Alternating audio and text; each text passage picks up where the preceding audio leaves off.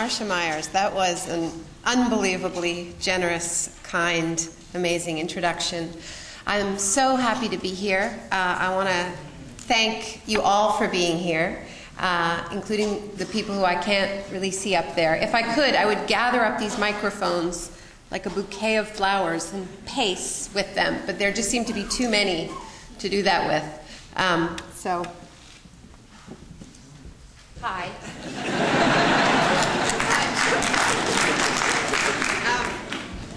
And there's some in the basement, too. And the people in the basement, although I will refrain from running down to the basement and saying hello to them, but hi in the basement. We all say hi. Very nice. You are here with us. Now, Marcia was kind enough to quote some of the nice things that people have said about this book. Don't be fooled. They've also said some terribly nasty things. One of the things I'm accused of at times among, conspiracy theorists, et cetera, I'm sometimes accused of preaching to the choir.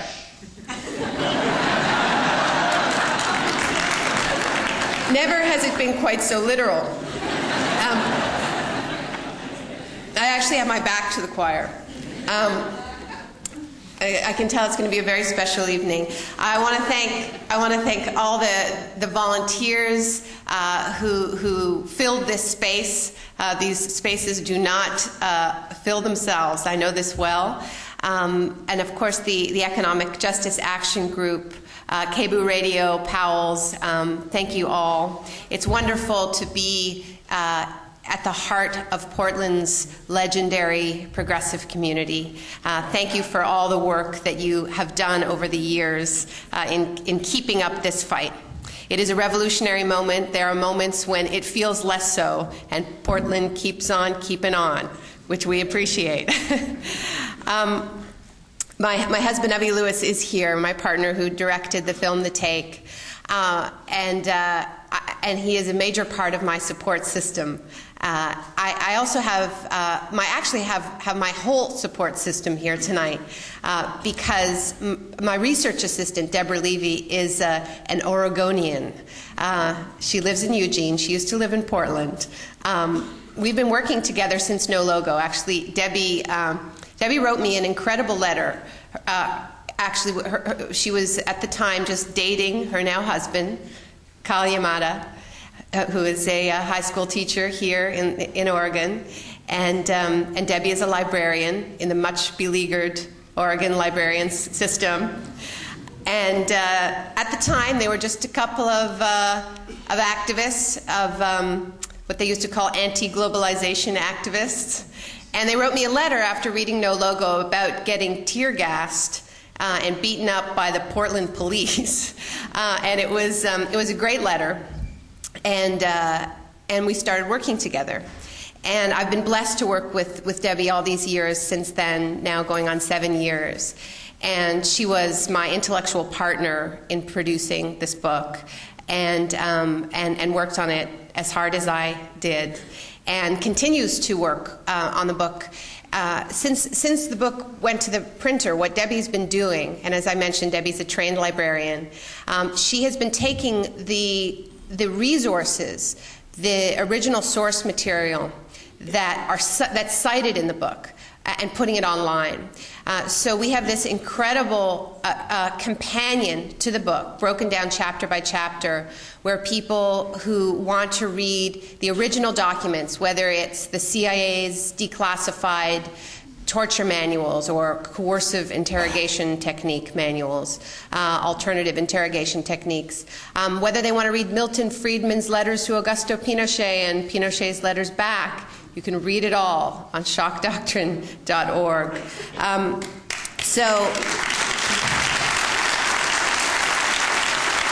Yes, thank you. I'm very thrilled to be here with my whole support system, and Debbie is one of yours. So thank you for giving her a warm welcome.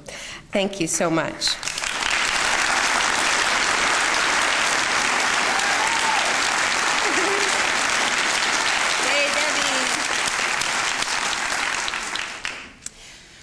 I came here from LA. I was in LA last night doing a public event, and Southern California is still really picking up the pieces from the wildfires. They were under mudslide alert when we left. Some communities were under evacuation.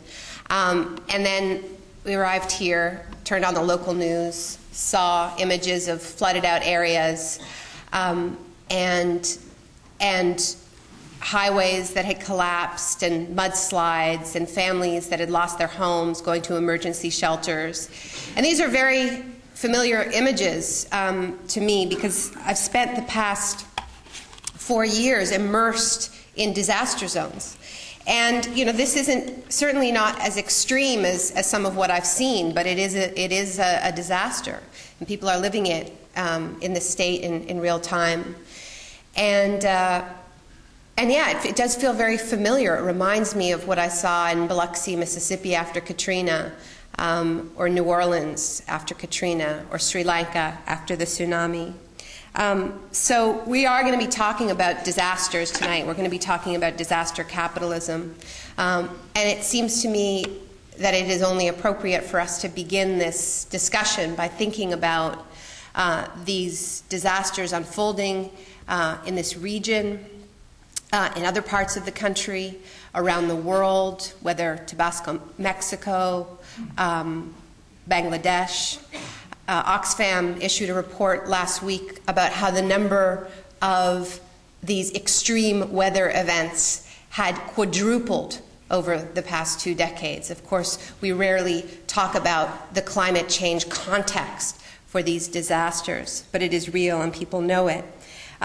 Think about how, when we see these images, when a community is living through these disasters, what our initial human response is. This is one of the things about doing this research and immersing myself in disaster zones, is that it exposes you to the worst that human beings are capable of, but also the best. Because the initial human response to a disaster is not to exploit it for personal gain. That's not what most people want to do. What most people want to do is they want to help. When they see it on television, far away, they want to help. That was the response to the tsunami. That was the response to Katrina. That's been the response in this state.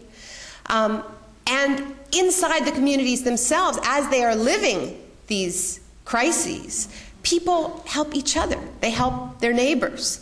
This is one of the great lies of the response in New Orleans to Katrina. All we heard about was the looting. And people were so outraged about that when we were there, because in fact there were just hundreds, thousands of stories of the communities coming together and people risking their lives to save each other. And that's what people want to do.